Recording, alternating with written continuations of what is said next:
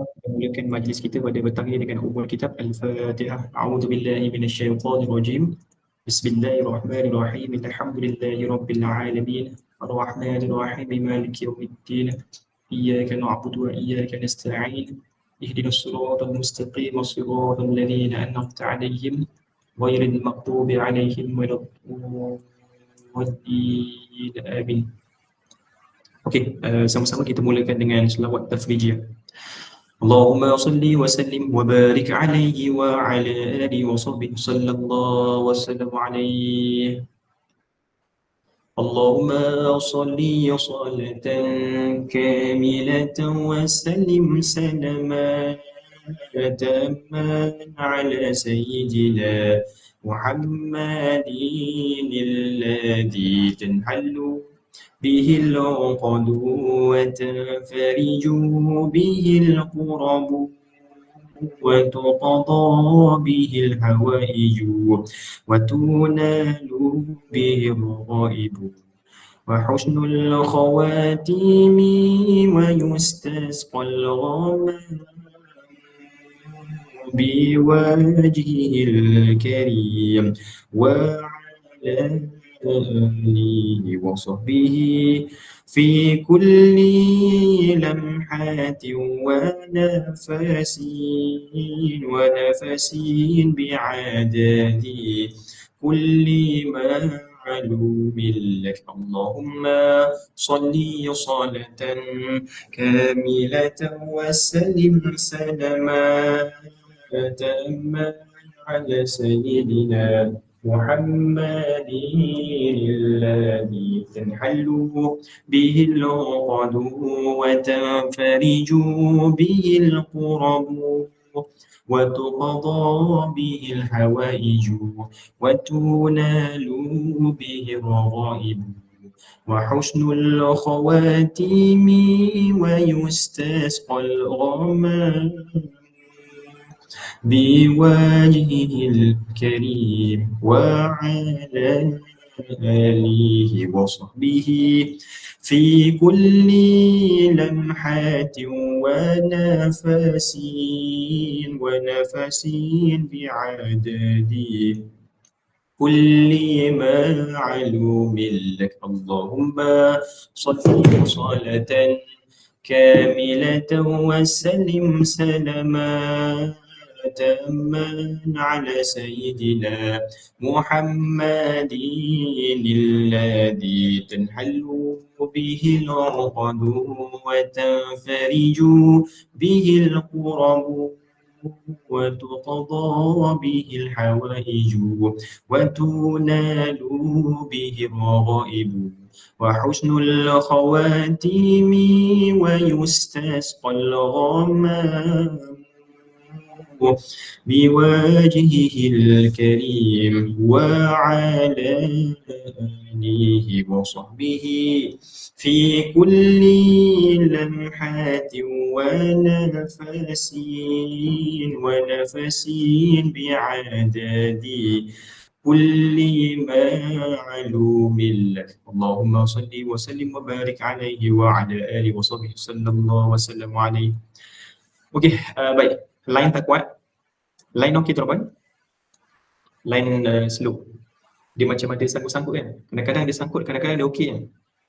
Itulah. Alhamdulillah. Allahumma salli wa sallim ala sayyidina. Try tukar jap. Kalau boleh tukar. Bismillah. Okay ya. Try tengok yang satu ni. Okey. Baik. Testing. 1, 2, 3.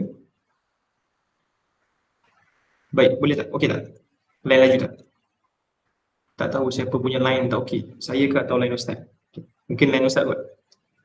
Alhamdulillah. Sekarang okey? Sekarang line okey? Alhamdulillah. Dah okey. Alright. Baik, jadi insya-Allah sama-sama kita niat menuntut ilmu. Imam Al-Haddad rahimahullahu taala sama-sama ikut bismillahirrahmanirrahim nawaina ta'alluma wat-ta'lim wat-tadhakkura wat-tadhkir wan-naf'a wal-intifa' wal-ifadata wal-istifada wal-hatha ala tamassuki bi kitabillah wa sunnati rasulih sallallahu alaihi wasallam wa du'a ila al-huda wa dalalata ala al-khair ibtigha'a wajhillahi wa mardatihi wa qurbihi wa thawabihi subhanahu wa ta'ala. Alhamdulillah rabbil alamin wassalatu wassalamu ala asyrafil anbiya'i wal mursalin wa ala alihi washabihi ajma'in. Qalu subhanaka la ilma lana illa ma 'allamtana innaka antal alimul hakim. Rabbi shrah lana sudurana wa yassir lana umurana wahlul 'uqdatam min alsinatina yafqahu aqwalana. Amma ba'd. Alhamdulillah. Okey. Apa khabar semua tuan-tuan dan puan-puan, ibu-ibu dan ayah-ayah sekalian, saudara-saudari yang dikasihi sekalian? Apa khabar semua sihat? Alhamdulillah. Moga semua dalam keadaan yang sihat, baik sejahtera selalu, amin. Dan dilimpahi dengan kesihatan, dilimpahi dengan keberkatannya, dilimpahkan dengan kerahmatannya. Okey, dikurniakan ketenangan, kebahagiaan dunia dan akhirat sentiasa, amin ya rabbal alamin. Okey. Jadi insya-Allah untuk hari ini merupakan episod yang ketiga tuan-tuan dalam kelas kita, iaitu doa dan Ramadan, dan hari ini kita akan bahaskan slot ataupun plot yang seterusnya daripada bahagian yang pertama. Dalam bahagian yang pertama ni kita ada 4 subtopik. Bahagian yang pertama cerita tentang pendahuluan tentang doa. Okey.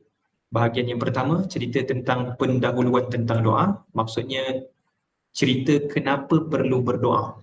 Dan untuk episod yang pertama sebelum ni kita dah bahaskan tentang merungkai soalan dan jawapan dalam menjawab kekeliruan kenapa perlu berdoa. So kita dah rungkailah sebelum ni kan, kenapa kena berdoa, dan kita dapat jawapannya doa tu sangat penting.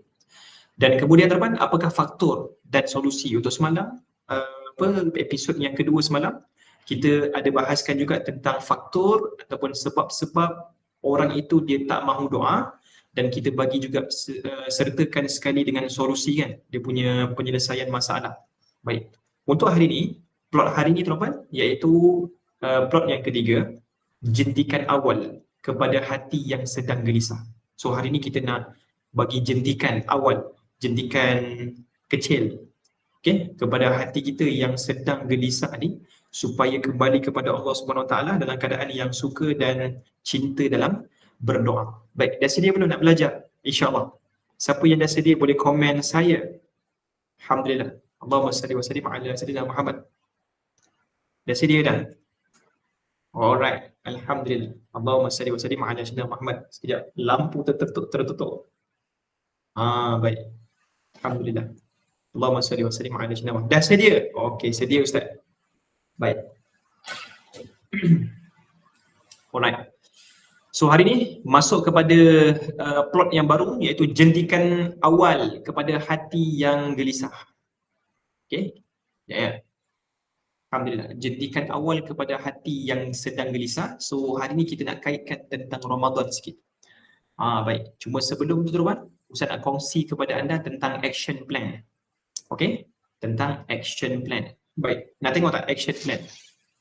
Siapa nak tengok? Nak tengok Ustaz share kan?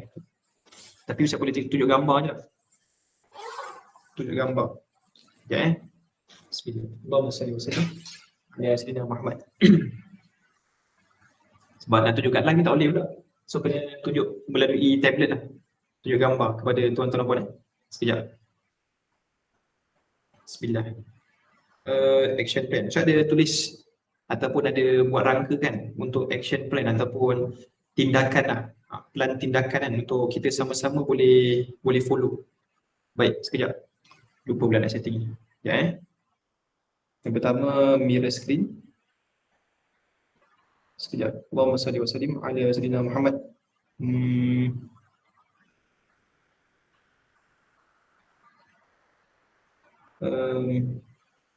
Sekejap ya.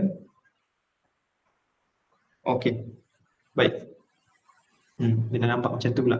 Terbalik tuan-tuan. Okey, hari ni action plan yang Ustaz maksudkan. Sekejap. Macam mana nak bagi tengok? Ni tuan-tuan. Boleh nampak ke? Okey. Contohnya macam apa? Minggu apa? Minggu yang pertama tu kan. Minggu yang pertama tu doa ringkas 5 minit. Maksudnya strategi beransur-ansur. Macam mana cara kita nak berdoa sering? Okay? Macam mana kita nak sering berdoa, nak suka. Bila berdoa tu nak jatuh cinta kan dengan doa kan. Baik, so dia ada minggu-minggu dia. Dia tak boleh terus direct tiba-tiba doa panjang.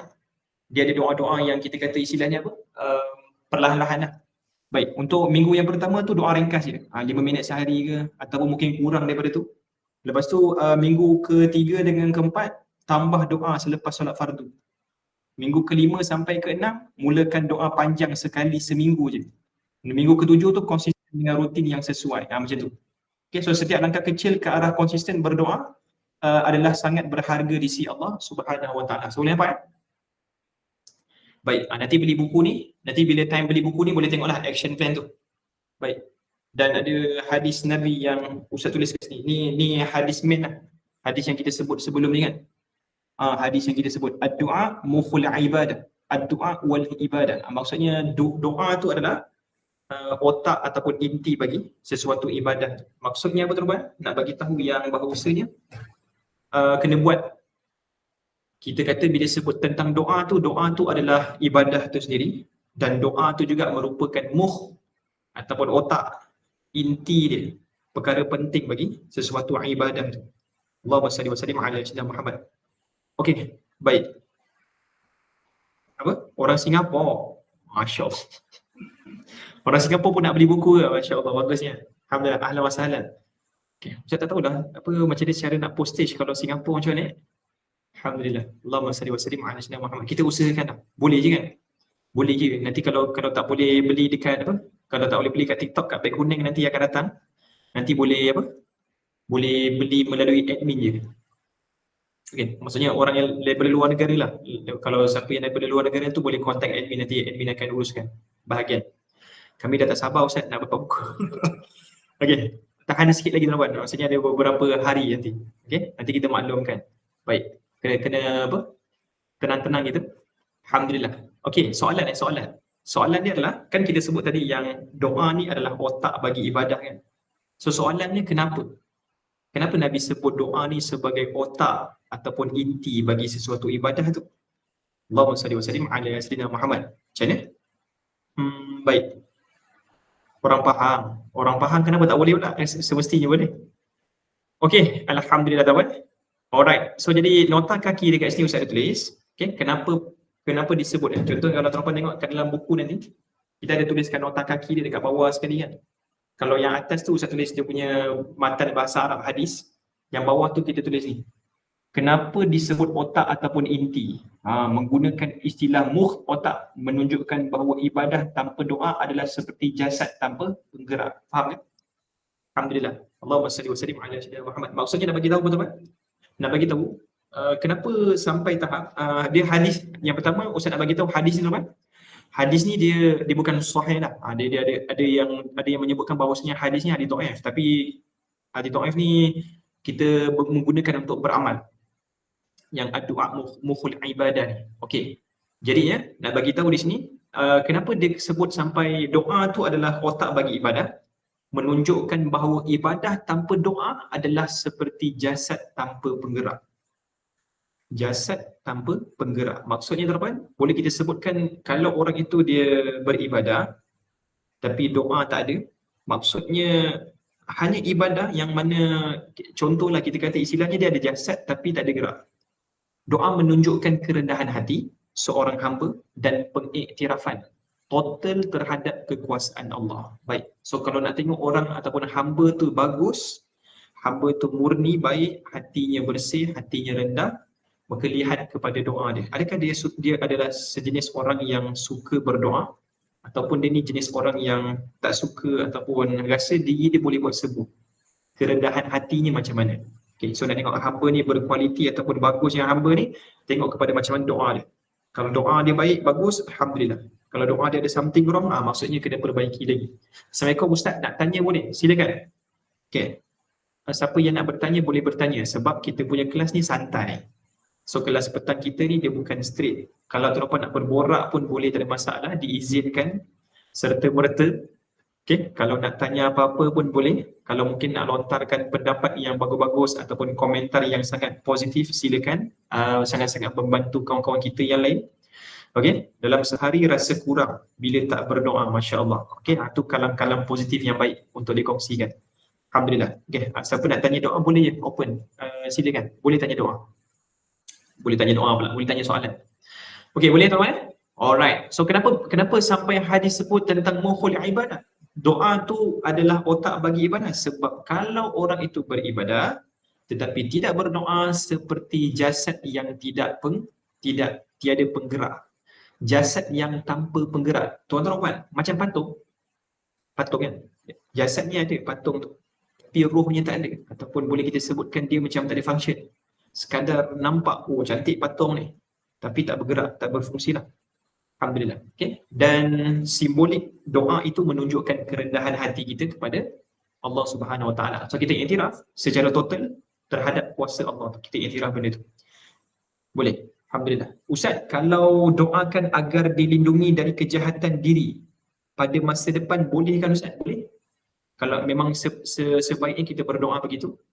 Kalau kita, boleh tak kalau kita doa untuk dicegah daripada perkara buruk ataupun dilindungi dilindungi daripada kejahatan yang akan datang? Jawapannya semestinya itu yang Nabi ajarkan. Contohnya Nabi Muhammad ada doa tentang Allahumma inni a'udzubika minal hammi wal hazan, ataupun Allahumma inni na'udzubika min fitnatil masih dajjal. Ya Allah, lindungi kami daripada fitnah dajjal. Maksudnya Nabi berdoa untuk dilindungi daripada perkara jahat yang akan datang. Maksudnya fitnah dajjal tu kan besar. So Nabi dah minta awal lah untuk minta dilindungi. So memang itu adalah sunnah Nabi Muhammad sallallahu alaihi wasallam. Okey, Kak Rohaya Ibrahim, Ustaz nak minta tolong Ustaz share doa bahasa Arab yang Nabi minta sebelum beri salam, boleh tak? Boleh? Allahumma salli wa sallim ala sayyidina Muhammad je kan? Ustaz tulis kat mana ya benda tu? Okey, ada. Okey, siapa yang nak? Siapa yang nak doa yang Nabi baca masa sebelum bagi salam? Siapa yang nak boleh komen saya ataupun nak. Okey, baik. Ni Ustaz carilah juga doa-doanya kan. Baik, Ustaz ada tuliskan doa ni tapi dia dalam slide fardu ain. Dalam kelas fardu ain dan Ustaz berhajat untuk sampaikan perkara ni dekat dalam kelas fardu ain nanti. Okey. Tapi dah halang Kak Rohaya minta tu, Ustaz bagi satu dulu boleh? Dia ada 3 doa tau. Dia ada 3 doa. Baik. Maksudnya biasanya ada 3 doa lah yang apa yang Nabi sebutkan ketika sebelum bagi salam tu. Ada 3 doa. Banyak. Okey. Dan biasanya macam kita ni kadang kurang mampu untuk doa dengan sebanyak itu. Allahumma salli wa sallim ala sayyidina Muhammad. Mana? Sekejap. Alamak.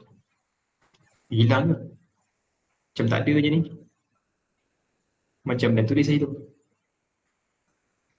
Allahumma salli wa sallim ala sayyidina Muhammad. Ya. Okey. Allahumma gfirli ma qaddamtu wa ma akhartu wa ma asrartu. Tu antaranya je. 1, 2, 3. 1, 2, 3. Okey. 3. Ada 3 doa. Alhamdulillah. Allahumma salli wa sallim ala sayyidina Muhammad. Okey. Baik.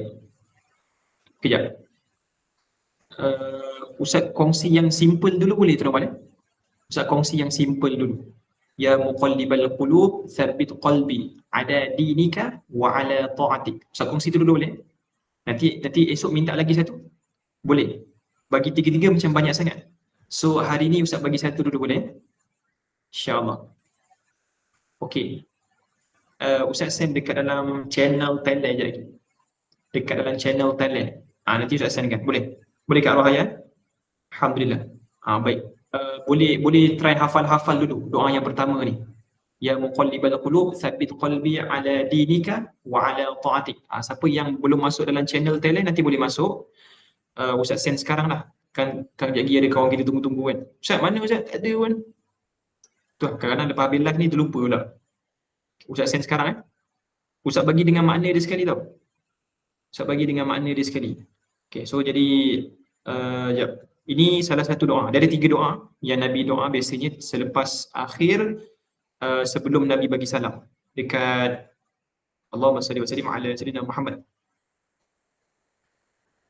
Sebelum Nabi bagi salam, Nabi akan berdoa dengan doa ini, dan ada lagi dua lah doa. Cuma Ustaz kongsikan satu dulu supaya sahabat boleh ambil take note.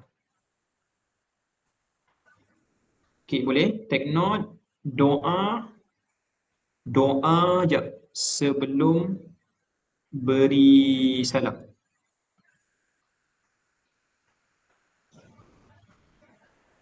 Okey. Tu saya dah hantar dah dekat dalam channel Thailand. Okey. Tuan-tuan yang nak tengok dekat sini boleh saya tunjukkan jap. Okey. Ada tablet senang sikit kan? Boleh tunjuk-tunjuk. Alhamdulillah. Allahumma salli wa sallim ala sayyidina Muhammad jap. Ni je tuan-tuan. Tu. Nampak tak? Ya muqallibal qulub thabbit qalbi ala dinika wa ala ta'atik. Tu. Nanti boleh ambil dekat channel Thailand. Channel Thailand ada dekat link bio. Link bio. Nanti tekan profile, dekat bawah profile tu ada link bio Ustaz. Nanti boleh ambil dekat situ je. Okey, ada sahabat kita tanya tadi, Ustaz, kalau sentuh najis yang jenis berpindah dengan tangan basah, lepas tu lap tangan, sentuh kain lembap, najis ke? Sekejap, saya fahamkan soalan dulu. Ni soalan fiqah, tuan-tuan, ni soalan fiqah. Kalau sentuh najis yang jenis berpindah dengan tangan basah, lepas tu lap tangan, sentuh kain lembap, najis ke? Okey, Allahumma salli wa sallim ala sayyidina Muhammad. Baik. Susah juga soalan dia. Mudah kata macam ni. Dia punya konsep untuk najis ni, yang pertama, yalah kita kata istilahnya isu tentang najis ataupun tidak. Najis tu basah. Najis tu dia berpindah kan, maksudnya dia basah lah. Jadi tangan kita pun basah juga dan kita sentuh najis tu. Baik. Jadi adakah boleh untuk kita menggunakan kain yang basah, lepas tu kita lap? Jadi ada dua elemen untuk bersihkan najis mutawassithah. Dia setiap najis tu dia ada level-level yang berbeza. Mukhaffafah lain cara bersih dia, mutawassithah lain cara bersih dia, mughallazah lain. Mutawassithah contoh macam yang sahabat kita tanya tu. Contoh kalau itu adalah najis mutawassithah, tak cukup sempurna lagi. Tak cukup sempurna lagi kebersihan pada tangan tu. So kena ada air lah. Kita kata istilahnya, ya memang dia guna kain dengan kain yang basah, akan tetapi habis di situ. Tapi takut tak sempurna lagi. Kebarangkalian takut tak sempurna lagi. Maka cara nak sempurnakan kena pergi basuh dengan air. Kena ada elemen air yang mengalir. Istilahnya, air yang mengalir. Boleh? Air mengalir tu macam mana? Dia air yang banyak sikit lah. Air yang banyak sikit. Kain tadi, yang basah tadi tu, kalau dia lap najis mukhaffafah tak apa. Yang tu boleh. Yang tu settle. Kalau mukhaffafah boleh. Contoh, mukhaffafah ni apa? Najis kencing lah. Kita kata kencing bayi lelaki yang kencing bayi lelaki yang masih lagi menyusu susu ibu dia. Baik. Allahumma salli wa sallim ala sayyidina Muhammad. Jadi yang tu tak apa. Maksudnya kalau najis mukhaffafah dimaafkan, tapi kalau najis mutawassithah ditakuti kurang sempurna, so sebaiknya dinasihatkan supaya basuh dengan air yang mengalir. Okey, boleh tak? Najis mukhaffafah. Allahumma salli wa sallim ala sayyidina Muhammad. Bayi lelaki yang berumur kurang dari 2 tahun hanya menyusu susu ibu. So bayi tu kalau dah umur 2 tahun ke atas dah kira mutawassithah lah. Kalau umur dia bawah setahun dan bawah 2 tahun dan masih lagi isap susu ibu, tu dikira sebagai najis mukhaffafah lagi. So najis mukhaffafah ni tak perlu air mengalir pun. Lap dan serejis-serejis air settle. Macam guna kain basah tu pun dah boleh selesaikan mukhaffafah tu. Tapi kalau mutawassithah tak boleh. Salam Ustaz Irfan. Saya Danish. Ahlan wa sahlan Danish. Barakallahu fikum. Allahumma salli wa sallim ala sayyidina Muhammad. Okey. Boleh tak boleh? Difahami? Jelas tak jawapan tu? Baik. Alhamdulillah. Okey, ada sahabat kita tanya soalan fiqah. So sangat menariklah, soalan fiqah memang best kalau nak ditanya kan. Okey teman, kita berbalik kepada isu berkaitan dengan doa. Boleh Ustaz teruskan? Faham jelas Ustaz? Kalau dewasa ada penyakit tua, maksudnya?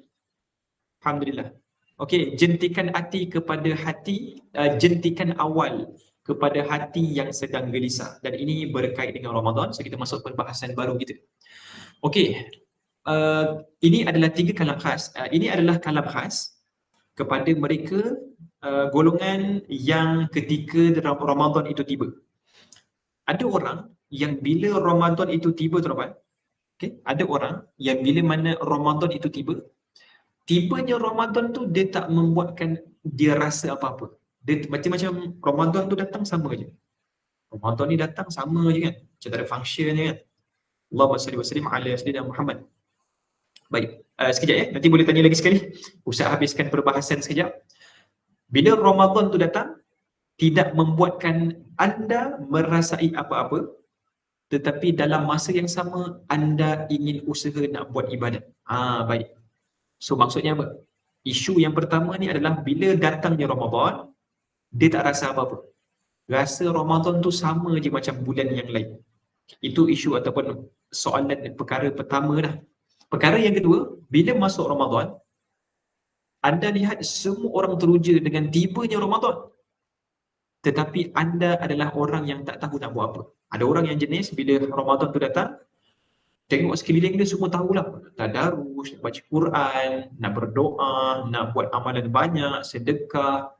Tapi member ni bila masuk Ramadan dia macam, apa nak buat? Nak buat apa ni, member ni. Dan satu lagi masalah adalah ada orang tu dia, salah seorang yang teruja, terlampau. Ada orang ni dia terlampau teruja, nak masuk Ramadan ni, nak masuk Ramadan ni, terlampau teruja. Bila Ramadan tu sampai, bila Ramadan tu tiba, banyak sangat pula amalan yang dia nak buat. Tapi akhirnya dia hilang arah untuk melaksanakan ibadah tadi. Baik. Jadi kita ada 3 golongan. Masa nak masuk dalam Ramadan ni ada 3 masalah yang berlaku. Nombor 1, member yang tak rasa apa-apa bila masuk Ramadan. Masuk Ramadan tu rasa macam bulan tu sama je, Syaban ke Ramadan ke Muharram ke sama je, tak beza pun. Ada orang kan dia rasa beza kan. Ramadan ni lain macam ni, rasa dia, vibe dia berbeza. Baik, jenis lagi seorang masuk Ramadan, dia tengok ramai orang buat macam-macam kebaikan tapi dia tak tahu nak buat apa. Okay. Jenis lagi seorang yang ketiga ni adalah dia terlampau teruja sangat, banyak sangat amalan yang dia nak buat, lah dia hilang arah. Dia pening, nak buat yang mana satu ni, nak buat yang mana satu, lah tak buat. Okay. So, dalam buku ni Ustaz rungkaikan dalam subtopik yang ketiga. Dalam bahagian yang pertama, rungkaian tentang masalah ni. Kita okay, baik, dapat pakai topi. Terima kasih sahabat kita yang pakai kawasan topi tu. Okay. Lain Ustaz, banyak beza bila Ramadan kan. Segmen apa? Sekarang ni segmen untuk menjawab 3 soalan ataupun 3 permasalahan tadi. Orang yang datang pada bulan Ramadan tak rasa apa-apa. Orang yang bila masuk Ramadan nampak ramai orang buat baik tapi dia tak tahu nak buat apa.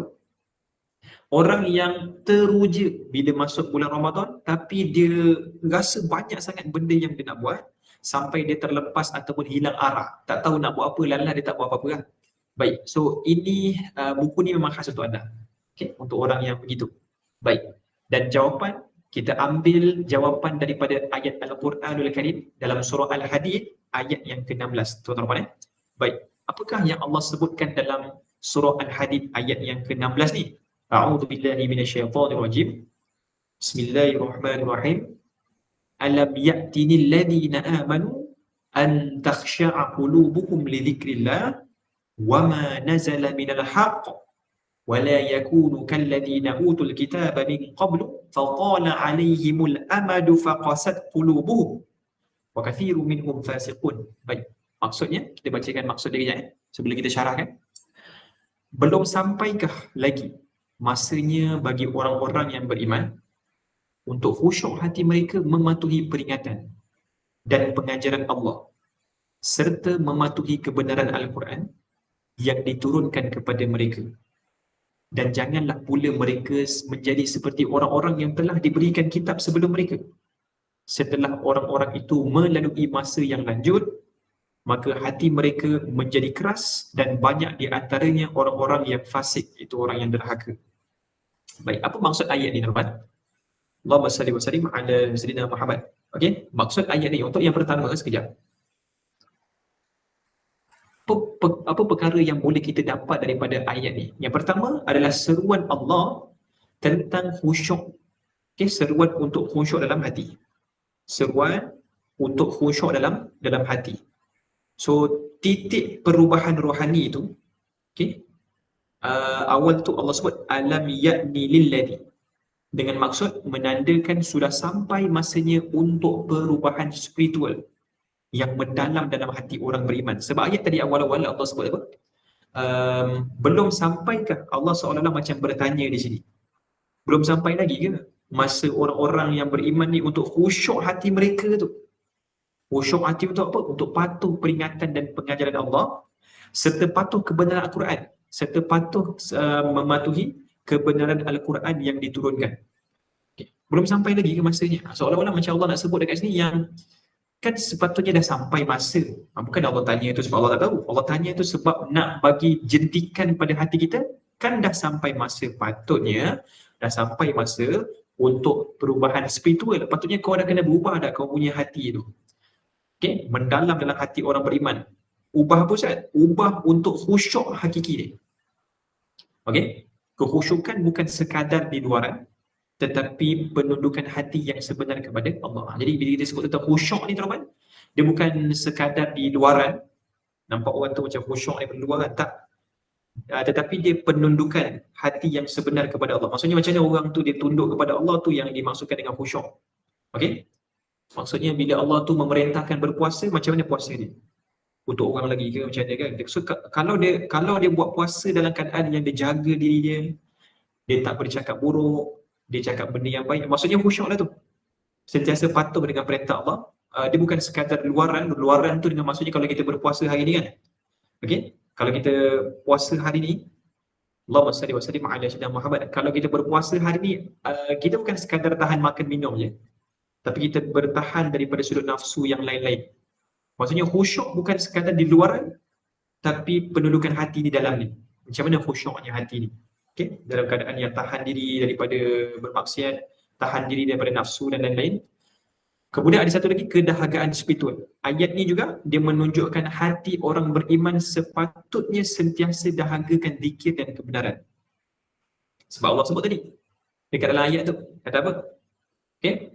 Patutnya dah sampai masa lah untuk orang itu dia khusyuk kepada Allah, peringatan Al-Quran, patuh kepada kebenaran. Jangan pula jadi seperti orang-orang yang dulu-dulu ni, ahli kitab, dia kata. Okay? Maksudnya nak bagi tahu yang sebenarnya kita punya diri ni sepatutnya mendahagakan zikir dan perkara-perkara yang baik, bukan mendahagakan perkara yang buruk lah. Okay. Kita ni sekarang ni tengah dahagakan apa tu Rahman? Dahagakan, okay. Dahaga tu daripada zahir tu dahaga juga lah kan. Dahagakan maksud kita daripada sudut dalaman rohani tu. Okay. Zikir ni tak cukup. Terus boleh bayangkan tak? Hari-hari kita makan kan? Hari-hari kita makan makanan banyak kan? Makan makanan, minum, air apa? Air apa time buka puasa tu? Air katira kan? Oi dahsyat memang minuman dia. Lepas tu ada apa? Ada air cincau, soya. Okey, maksudnya kita punya jasad banyak sangat diberikan makan. Jasad kita dah banyak makan tuan-tuan. Sahurnya makan, bukanya lagi dah menantak habis kan. Air tebikai yang baik. Okey? Maksudnya nak bagi tahu apa? Ni roh ni, isunya. Roh ni macam mana? Jasad dah banyak bagi makan dah. Roh macam mana roh? Pernah fikir tak tentang roh? Macam mana roh kita? Adakah kita bagi makan dekat roh kita? Okay? Maksudnya roh kita ni tengah dahaga, tengah lapar. Dalam masa yang sama, kita cuma bagi makan kepada jasad sahaja, tidak kepada roh. Dalam ayat ni, Allah nak bagi tahu, ketuk ataupun jentik hati, nak mengatakan bahawasanya kan dah sampai masa, patutnya hati kamu tu khusyuk. Dan sepatutnya kamu tu dahagakan spiritual, dahagakan kerohanian kamu untuk kamu tu berzikir, baca Quran tu. Yang sepatutnya. Patutnya dah sampai masa tu. Tapi yang difikirkan tentang jasad. Tak difikirkan tentang roh ni macam mana. Okey, Alhamdulillah. Okey, sekejap. Sebelum tu kita pause ya. Sebelum Ustaz teruskan, ada sahabat kita tanya tadi kan tentang najis lagi ya. Baik. Allahumma salli wa sallim ala sayyidina Muhammad. Okey, siapa tadi? Danish ada tanya apa lagi Danish? Baik, Danish tanya tentang soalan fiqh. Alhamdulillah. Ataupun sahabat-sahabat kita yang lain lah. Air kencing dengan air mazi sama ke Ustaz? Hukum dia sama. Berbeza. Air kencing tu air kubahan lah. Air mazi tu dia keluar bila masa dia bila mana dia berada dalam keadaan automatik. Kadang-kadang dia keluar ketika penat. Maksudnya tengah berlari, tengah berjoging apa semua, air mazi tu keluar. Okey, baik. So dia berbeza tapi hukum dia sama iaitu najis. Ustaz nak tanya kalau apa tu? Dia jimat di bulan Ramadan, kena ganti puasa ke? Semestinya kena ganti puasa. Bukan kena ganti puasanya. Okey? Tapi kena apa nama tu? Allahumma salli wa sallim ala sayyidina Muhammad, kena kafarah lagi siap. Okey? Kena kafarah puasa 2 bulan berturut-turut. Baik. Allahumma salli wa sallim ala sayyidina Muhammad. Boleh tu mana? Okey, boleh. Alhamdulillah. Baik, ada lagi soalan Fika? Sebelum kita teruskan kepada slot doa dan Ramadan kita hari ni. Alhamdulillah. Ustaz meraihkan soalan daripada tuan-tuan dan puan So tak ada masalah, boleh tanya je. Kalau open je, kalau nak tanya apa-apa silakan. Alhamdulillah. Nangis ganti kan? Alhamdulillah. Okey, baik tuan-tuan. So kita masuk kepada perbahasan kedua lah, pengajaran daripada ayat surah Al-Hadid. Okey, surah Al-Hadid ayat yang ke-16 ni lagi cerita tentang apa Ustaz? Baik, nombor 2, peringatan dari sejarah umat yang terdahulu. Dia sebab ada 2 plot tau dalam ayat ni. Ayat ni yang pertama, Allah ingatkan kita supaya kita kembali kepada Allah, isi kerohanian tu dengan zikir, baca Quran dan perkara-perkara yang baik, kebenaran. Plot yang kedua ataupun potongan yang kedua daripada ayat ni, Allah nak bagi tahu jangan jadi macam umat dulu. Okay, peringatan daripada menjadi seperti umat yang terdahulu. Sebab pelajaran daripada sejarahnya adalah Allah memberi peringatan dengan nasib umat yang terdahulu yang hati mereka ni mengeras. Allah sebut bahawasanya hati orang terdahulu ataupun inilah utul kitab ni. Orang-orang yang ahli kitab ni, faqasat qulubuhum, hati mereka ni keras. Susah, hati keras ni susah nak terima kebenaran. Pernah tak kita nasihat dekat seseorang kan? Member tu buat salah lah, kita nasihatkan dekat dia. So bila kita nasihat kan dia tak dengar. Payah betul nak dengar nasihat. Tak dengar-dengar, tak masuk-masuk. Ataupun kita sendirilah. Kita tengok diri kita sendiri. Okay? Kadang ada kawan tu dia tegur baik ya. Dia tegur bagus. Perkara yang bagus lah. Teguran yang baik, teguran yang berhikmah kan. Tapi bila sampai kat telinga kita tu, kita rasa macam sakit hati, macam tak suka, macam benda tu tak best lah. Pernah kan? Okay? So itu maksudnya hati dah keras. So bila nak sampai ataupun bila nak menerima kebenaran tu dia payah. Hati keras. Okay? Tengok diri sendiri, jangan tengok orang lain. Alhamdulillah. Okay? Tengok diri sendiri, jangan tengok orang lain. Benar Ustaz. Kemudian doakan semoga Allah lembutkan hatinya. Baik. Okay. Kita tengok skop pada diri sendiri dulu. Okay. Orang tu bagi nasihat macam-macam kat kita. Okay. Lepas tu kita tak nak terima, susah, macam malas nak dengar apa semua kan. Kita pun lari. Okay. Pernah rasa macam tu? Ada kan? Kita mana maksudnya hati tu keras. So kena lembutkan balik dengan istighfar, zikir. Alhamdulillah. Allahumma salli wa sallim ala sayyidina Muhammad. So umat yang terdahulu ni hati mereka keras. Ada setengah daripada mereka lah, bukanlah semua. Okay? Daripada kalangan ada yang keras, yang mana Allah sebutkan di sini, qasat qulubuhum. Hati keras yang susah nak terima kebenaran.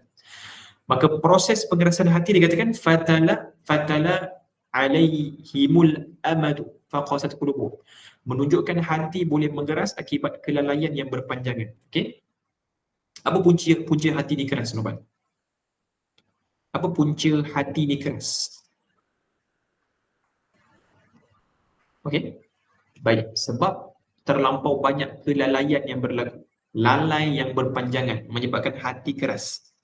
Dan antara kebahayaan sebab di akhir ayat itu Allah sebutkan tentang fasik. Fakathiru minhum fasikun. Banyak daripada mereka tu semuanya fasik. Banyak daripada mereka tu fasik. Fasik itu terutama tahu apa? Okay? Kebanyakan dari mereka menjadi fasik akibat kerasnya hati. So maksudnya apa? Diawali dengan kelalaian dan ditemuilah namanya kerasnya hati, dan akibat daripada kerasnya hati itu menyebabkan dia bertukar status dia daripada Muslim kepada orang yang fasik. Pernah dengar tak istilah fasik? Siapa yang pernah dengar? Siapa yang boleh bagi terjemahan dekat bawah? Apa maksud fasik? Allahumma salli wa sallim ala sayyidina Muhammad. Tokma, tinggal solat lagi. Baik. Macam mana? Allahumma salli wa sallim ala sayyidina Muhammad. Pernah dengar? Okey. Saya pernah dengar. Okey, apa yang anda faham tentang fasik? Berbohong. Okey, lagi? Alhamdulillah, terima kasih. Fasik ni pernah dengar. Okey. Alhamdulillah. Baik, tuan-tuan. So kita ada beberapa point yang boleh kita kongsikan. Yang pertama, Muslim. Muslim, level atas sikit, mukmin. Muslim tu orang Islam, mukmin tu orang beriman.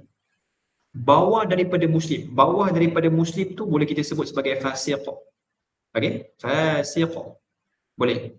Bawah lagi kita sebut dia sebagai kafir. Kafir. Bawah lagi kita sebut dia sebagai munafik. Dapat? Siapa yang ada catat nota tu boleh catat nota. Okey. Dia Muslim, atas dia mukmin kan.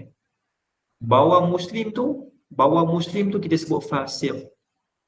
Bawah lagi kafir. Bawah lagi, paling bawah lah ni, munafik. So dia ada tingkatan-tingkatan dia. Baik, so fasik ni di bawah Muslim. Dia boleh diiktibar sebagai orang Islam juga, tetapi dia tak melaksanakan kewajipan yang Allah beri kepada dia. Dia tak melaksanakan kewajipan. Contoh kalau kita tanya dia, kau tahu tak solat 5 waktu tu wajib? Dia pun jawab, tahu je wajib. Tapi kenapa kau tak buat?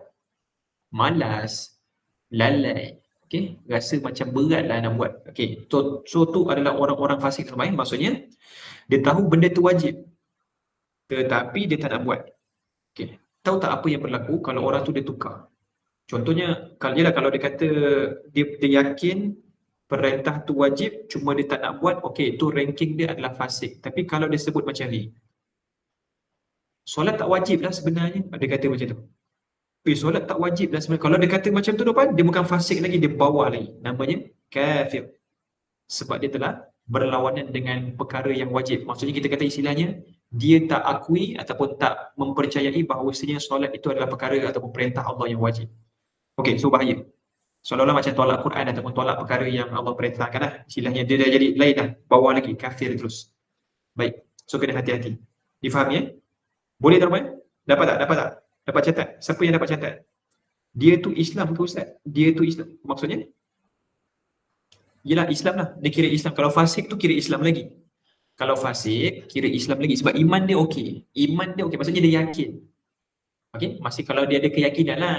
Kalau dia ada keyakinan. Maksudnya kalau tanya dia, percaya tak Allah tu wujud? Percaya. Maksudnya dia yakin Allah tu, dan dia yakin agama Islam tu betul lah. Tu semua tak ada masalah, tak ada isu lah. Isunya kalau dia berkait dengan akidah ataupun dia berkait dengan hukum hakam yang dia tak percaya tentang benda yang wajib. Dia kata benda wajib tu sunat. So automatik dia dah tukar daripada Muslim kepada daripada orang yang Islam, dia jadi orang kafir terus. Okey? Bahaya tak tuan? Nampak tak kebahayaan yang berlaku hari ni? Cuba tuan-tuan tengok hari ni. Kadang-kadang ada daripada kalangan remaja kita. Okey. Kadang ucap dua kalimah syahadah pun tak tahu. Betul? Pernah jumpa tak? Allahumma salli wa sallim ala sayyidina Muhammad. Tuan-tuan. Okey, jangan tengok orang lain. Tengok diri kita dan anak-anak kita. Okey? So reflect balik kepada keluarga kita macam mana. So okey tak dia orang punya keimanan tu? Ke macam mana? Okey. Baik. So ada kalanya ada kadang-kadang yang kita kata Islam budak remaja ni. Tapi bila kita suruh dia ucap dua kalimah syahadah tak mampu. Maka kita pun bertanya-tanya. Habis tu? Macam mana dia solat? Solat kan kena ucap dua kalimah syahadah tu akhir tu. Okey, nampak tak kritikal zaman sekarang tuan-tuan? Allahumma salli wa sallim ala sayyidina. Banyak tak kerja kita? Tuan-tuan banyak tak kerja kita? Maksudnya nak sampaikan dakwah ni. Okay, nampakkan umat ni dah tenat. Maksudnya banyak kerja kita sebenarnya. Okay, kita tak boleh duduk diam je. Kena share, kena kongsi, kena bagi tahu kan. Alhamdulillah. Okay. Allahumma salli wa sallim ala sayyidina Muhammad. Boleh? Okay, banyak. Alhamdulillah. Betul Ustaz kan? Baik. Jadi jangan serahkan kerja berdakwah ni hanya kepada pendakwah. Sebab kerja berdakwah ni untuk semua umat Islam itu wajib. Okay. Ud'u ila sabili rabbika bil hikmati wal mau'izatil hasanah. Okay. Tunjuklah ataupun berdakwahlah ila sabili rabbika, kepada jalan Tuhan kamu. Maksudnya Allah sebut perintah. Perintah tu maksudnya wajib. Okey, berdakwah ataupun untuk menyampaikan kepada jalan Allah, sampaikan orang itu kepada Allah, itu adalah perkara wajib bagi kita. Semua orang Islam wajib. Okey, hatta kalau anda sharekan sesuatu yang bermanfaat pun dikira sebagai dakwah juga. Kadang-kadang ada benda yang wajib, mungkin anda perlu untuk sharekan benda itu. Boleh ya? Alhamdulillah. Jadi kalau terbaca artikel yang bagus, mungkin boleh bagi manfaat, boleh bagi semangat dekat orang, tak apa, share je benda yang baik. Ini dia share apa tuan-tuan? Ada share berita yang was-was, berita yang tak yakin betul ke tak, yang tu lah yang dia share, betul? Okay, dah tersebar banyak fitnah dah. Astagfirullah. Okay, banyak dosa kita ni. Okay, banyak kena bertaubat tuan-tuan eh. Allahumma salli wa sallim ala sayyidina Muhammad. Okay, setiap orang perlu berdakwah, ya betul, Madam Mas. Dan daya dan gaya yang ikut kemampuan hidup, betul. Alhamdulillah. Okay, baik. Mungkin kalau para asatiza macam ustaz-ustaz ataupun ustazah, mungkin dia punya skop dakwah tu lagi luas lah. Dia punya power tu kan. Tapi kalau kita yang biasa-biasa, mungkin kita orang awam je, so kita buat sekadar mampu. Ada orang yang berdakwah dekat dapur je. Tuan-tuan, ada orang berdakwah kat dapur je. Anda tahu dia, macam mana dia berdakwah kat dapur? Macam mana dia berdakwah dekat dapur? Dia tukang masak. Dia tukang masak. Tapi macam mana cara dia berdakwah dekat dapur? Allahumma salli wa sallim ala sayyidina Muhammad. Kan? Baik. Contohnya, ada basuh makanan apa? Macam mana? Ya. Siapa tahu? Basuh makanan selawat. Tu. Baik. Apa, bazar zikir sambil masak. Tu dia. Alhamdulillah. Time tengah masak tu apa? Boleh berselawat. Time tengah masak ataupun tengah potong-potong tu buka zikir ke apa kan? Letak. Orang lain dengar. Time tu kira berdakwah tu. Kita tunjukkan image yang baik. Mungkin ada orang yang kata klise ke apa, rantak dia lah. Kau nak kata aku klise ke apa ke, yang penting aku nak buat baik kan. Alhamdulillah. Okay, jangan pedulikan mulut-mulut orang ni tuan-tuan. Allahumma salli wa sallim ala sayyidina Muhammad.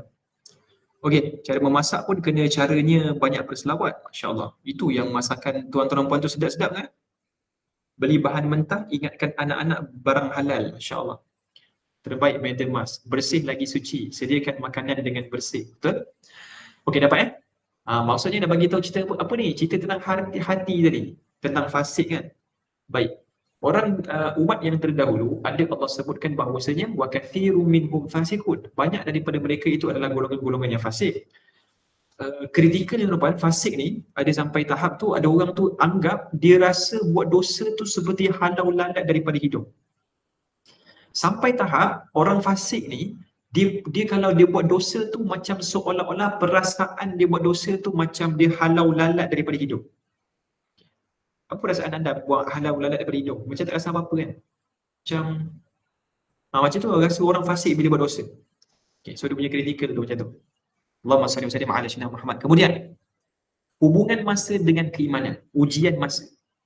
Lama beriman tanpa penjagaan boleh menyebabkan kekerasan hati. Kalau lama beriman tu, kalau tak ada penjagaan, iman dah bagus lah, dah bertahun-tahun daripada dulu lagi memang orang Islam lah. Tapi kalau tak ada penjagaan, boleh menyebabkan apa? Boleh menyebabkan kekerasan hati. Terutama kena jaga-jaga. Maksudnya, anda masuk dalam kelas, berzikir, selawat, penghayatan qiyamul lail waktu malam, hidupkan malam tarawih dan lain-lain, semua ni semuanya adalah penjagaan iman. Kita buat amalan kan. Ada orang tu dia masuk Islam dah lama, tapi ibadahnya dia banyak tinggal. Okay? Menyebabkan boleh berlaku kekerasan hati. So kena jaga-jaga. Maksudnya kena ada penjagaan. Penjagaan tu daripada sudut kena hadir kuliah, okay? Kena hadir kelas-kelas, kena bermuzakarah, mungkin kena mencari circle-circle yang baik. Macam dalam TikTok ni, semua circle-circle yang baik kan? Betul tak? Betul tak tuan-tuan? Semua circle-circle, ibu-ibu kat dalam ni semua baik-baik kan? Alhamdulillah. Semua happy-happy je kan? Akak suka baca Fatihah masa buat kerja. Tak kira berapa kali, Masya Allah. Bagus tu perkongsian yang baik. Alhamdulillah. Kan? Betul, tak boleh jauhkan diri dari kelas agama. Alhamdulillah. Kita baik? So pastikan paling-paling minima pun sebelum 3 hari kena ada satu kali kelas agama yang kita hadir. Sebab kalau tak nanti hati keras. Lama tak ingat tentang Allah ni hati keras ramai. Lama tak baca Quran hati keras. Lama tak berzikir hati keras. Tu cerita dia. So jangan sampai 3 hari baru nak pergi kelas agama, jangan. Pastikan setiap hari tu ada. Dan zaman sekarang anda tak perlu naik kereta, tak perlu nak pergi naik bas, tak perlu nak naik motor ke apa, buka dekat rumah pun dah ada dah kelas agama, betul tak? Zaman dulu dia orang kena keluar. Zaman dulu kena keluar pergi majlis agama, pergi kelas, pergi kuliah dan lain-lain, kena keluar lah. Kita kata Islam kena ada modal. Ada modal kan? Zaman sekarang dah tak ada modal lah. Ada Ustaz, apa dia?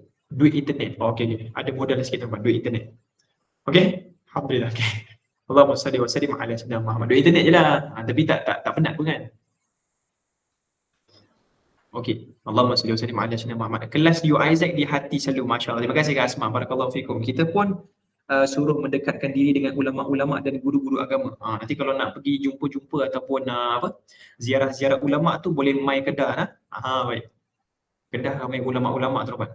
Baik, kita punya hati pun rasa lusuh ataupun rasa luluh je bila tengok para ulama kita bercakap, dialog diorang. Baik, kan?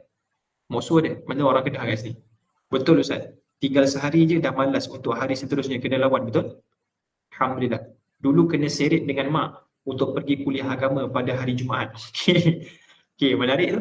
Ustaz, macam mana nak ajak anak remaja ni mengaji secara istiqamah? Itulah, kita kena ada cara kreativiti yang menarik. Anda kena faham cara Gen Z berfikir. Gen Z ni berfikir dia tak sama macam Gen Y ataupun Gen yang sebelum lagi lah. Okey teman-teman. Allahumma salli wa ala sayyidina Muhammad. Okey, so kena belajar tentang cara Gen Z berfikir macam mana. Gen Z ni dia suka seronok-seronok tu kan. Orang muda kan.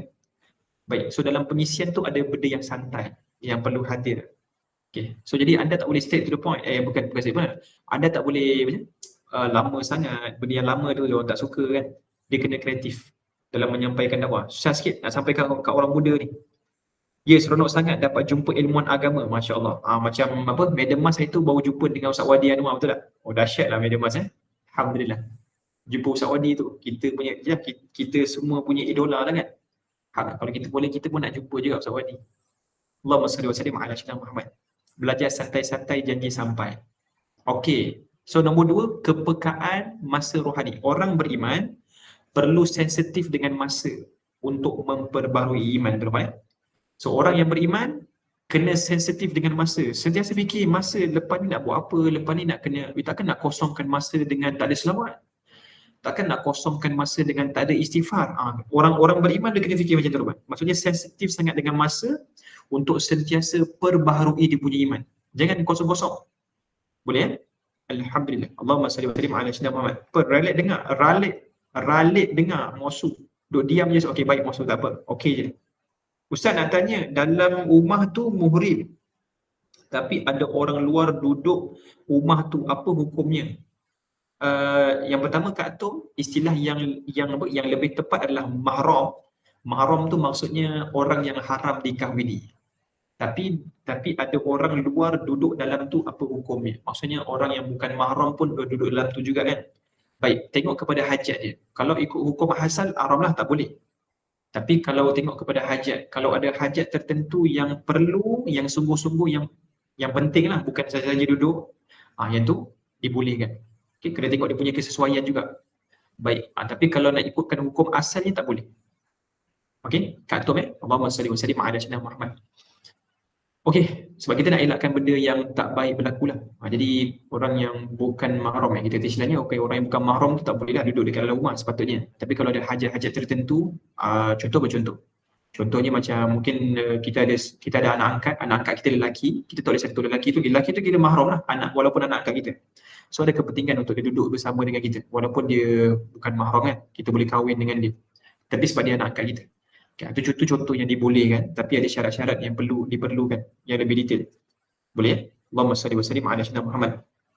Orang tu lelaki Ustaz, nak raikan raya di situ. Orang tu lelaki nak raikan raya. So hajatnya adalah untuk meraikan raya kan?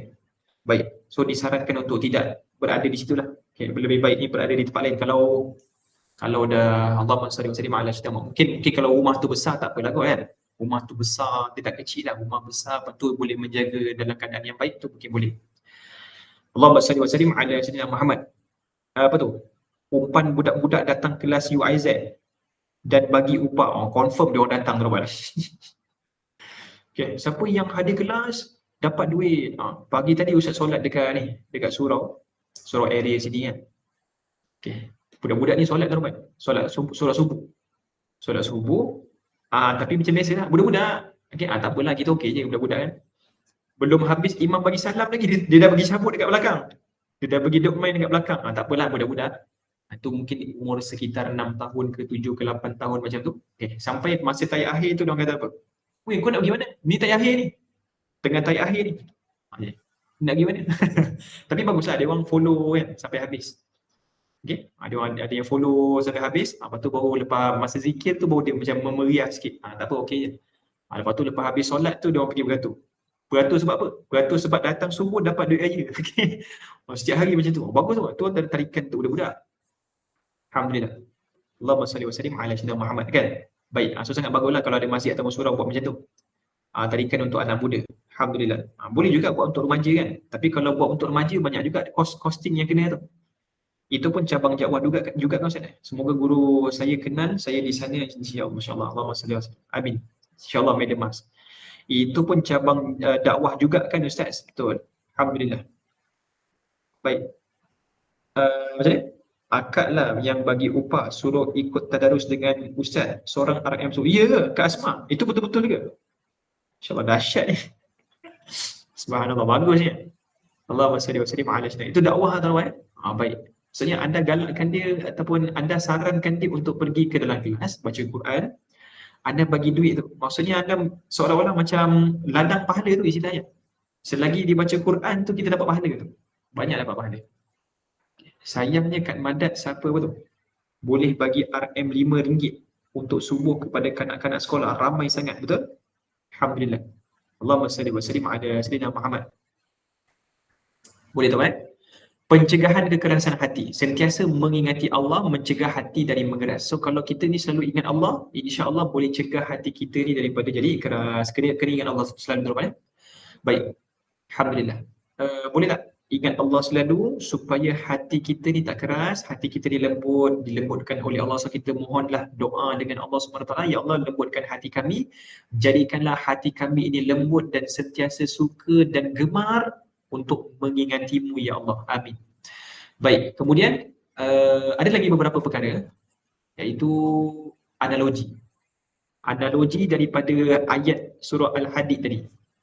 Surah Al-Hadid tu ayat berapa Ustaz? Ayat yang ke-16. Analogi ni macam ni tuan-tuan. Seperti tanah yang subur, perlu disiram setiap hari. Hati yang beriman perlu disiram dengan zikir agar tidak menjadi keras. Baik, macam mana anda jaga siapa pekebun dekat luar sana? Pekebun dekat luar sana tuan-tuan, siapa dekat sini yang kita kata istilahnya ialah nak jaga tanah, apa yang dia kena buat? Selalu siram, ada bajanya, adalah benda-benda yang dia letak, dia nak jaga tanah tu daripada kering ataupun rosak kan. Maka perlu siraman air daripada tanah tersebut. Sama juga macam hati kita pun perlu siraman air dengan maksud perlu berzikir supaya tidak keras. Maka kawan-kawan kita pun tanya, Ustaz zikir apa kita nak amal? Macam-macam. Istighfar pun tak apa. Selawat simple-simple dulu pun tak apa. Boleh? Semoga Allah meluaskan rezeki bagi orang yang selalu bersedekah. Amin. Allahumma salli wa sallim ala sayyidina Muhammad. Ya, siram air 2 kali sehari. Itu kalau untuk tanah ya. Siti pakar berkebun, Masya Allah. Okay, kawan-kawan kita ni ramai yang pakar berkebun, teman-teman. Baik. Assalamualaikum Ustaz. Betul tu Ustaz. Waalaikumsalam warahmatullahi. InsyaAllah. Ala wassalam sahabat kita yang baru hadir. Yang baru hadir jemput untuk tekan button follow supaya tak terlepas slot kelas kita, insyaAllah episod akan datang nanti. Nanti boleh tekan button share juga, kita sharekan dekat rakan-rakan kita yang lain. Kesimpulan daripada ayat tadi, kehendak spiritual, sudah sampai masanya hati orang beriman tunduk khusyuk. Nombor 1, kesimpulannya adalah dalam ayat surah Al-Hadid, ayat yang ke berapa tadi? 16 kan? Okey. Allah nak bagi tahu apa kat kita? Allah nak bagi tahu bahawasanya adalah sebenarnya dah sampai masa untuk orang beriman tu hatinya khusyuk. Kalau kamu ni orang beriman, patutnya sekarang ni kamu dah berfikir macam mana kamu nak tunduk khusyuk kepada Allah. Itu nombor 1. Nombor 2, bahaya kekerasan hati. So hati yang keras boleh hati boleh mengeras akibat kelalaian yang berpanjangan. So kena hati-hati. Jangan lalai terlampau panjang. Istilahnya jangan lalai langsung lagi bagus. Okay, supaya hati tak keras. Nombor 3, pelajaran daripada sejarah. Nasib umat terdahulu sebagai peringatan. So umat terdahulu tu mereka lalai, hati keras, last kali mendefinisikan mereka kepada fasik. So sangat bahaya. Kita tak nak jadi macam tu. So starting tu jangan lalai dulu. Kena sentiasa ingat Allah. Sentiasa suburkan tanah tadi. Kemudian penawar hati. Kena zikir dan kebenaran sebagai ubat kekerasan hati. So kena banyakkan berzikir, duduk dalam orang-orang yang benar bersama dengan as-siddiqin, orang-orang yang baik, orang-orang yang benar, tuan-tuan ya. Baik, dan jauhkan kita daripada orang-orang yang tak berapa okey lah. Kita kata panggil apa? Istilahnya toxic people kan. Allahumma salli wa sallim ala sayyidina Muhammad. Okey, boleh tuan. Okey, jawapan daripada Allah dalam ayat Al-Quran. Ada satu lagi ayat surah Al-Hadid, sambungan daripada ayat yang ke-16 tadi. So masuk pada ayat yang 17, i'lamu annallaha yuhyil 'arda ba'da mautiha qad bayyana lakumul ayati la'allakum ta'qilun. Ketahuilah kamu bahawa Allah menghidupkan bumi sesudah matinya. Sesungguhnya kami telah menjelaskan kepada kamu keterangan-keterangan dan bukti supaya kamu memahami. Baik, dalam ayat ini tuan-tuan, i'lamu annallaha yuhyil arda ba'da mautiha. Baik, pernah tak tengok tanah yang tandus dan kita kata padang pasir, padang terkukur? Istilahnya adalah tanah yang tandus, tidak mempunyai apa-apa tanaman, kosong, kering, kontang, habis. Pada suatu hari bila kita tengok balik tanah tu dipenuhi dengan pohon-pohon yang hijau. Pernah tak tengok? Baik, Allahumma salli wa sallim ala sayyidina Muhammad. So isunya adalah macam mana benda tu boleh berlaku. Tanah tu kering kot. Tanah tu kontang kot. Tapi benda tu dia boleh menghijau. Maka dekat sini Allah nak sentuh ataupun jentik hati kita, i'lamu annallaha yuhyil arda ba'da mautiha. Ketahuilah yang hidupkan tanah yang kamu lihat mati itu, yang hidupkan, yang hijaukan tanaman yang kamu lihat mati itu, annallah, sesungguhnya ia adalah Allah Subhanahu Wa Taala, ba'da mautiha, selepas matinya tanah, Allah hidupkan balik. Allah menghijaukan balik tempat yang mati itu. Qad bayyana al-ayat, qad bayyana lakumul ayat. Sesungguhnya kami telah menjelaskan kepada kamu keterangan-keterangan. Ini adalah bukti kekuasaan Allah Subhanahu Wa Taala, la'allakum ta'qilun, supaya kamu itu berfikir, supaya kamu itu faham. Bila kamu lihat tanah yang kering kontang, tiba-tiba berbuah ataupun bertanam-tanam, berkehijauanlah tanah itu. Allah yang hidupkan benda itu daripada mati. Dan begitu jugalah Allah akan hidupkan hati kamu yang mati tadi. Baik. Itulah cerita tu, kan? So, contoh macam dalam surah Yasin kan. Okay. Selalu tak baca surah Yasin? Siapa yang selalu baca surah Yasin dekat sini? Siapa yang selalu baca surah Yasin di sini? Allahumma salli wa sallim ala sayyidina. Selalu baca surah Yasin kan?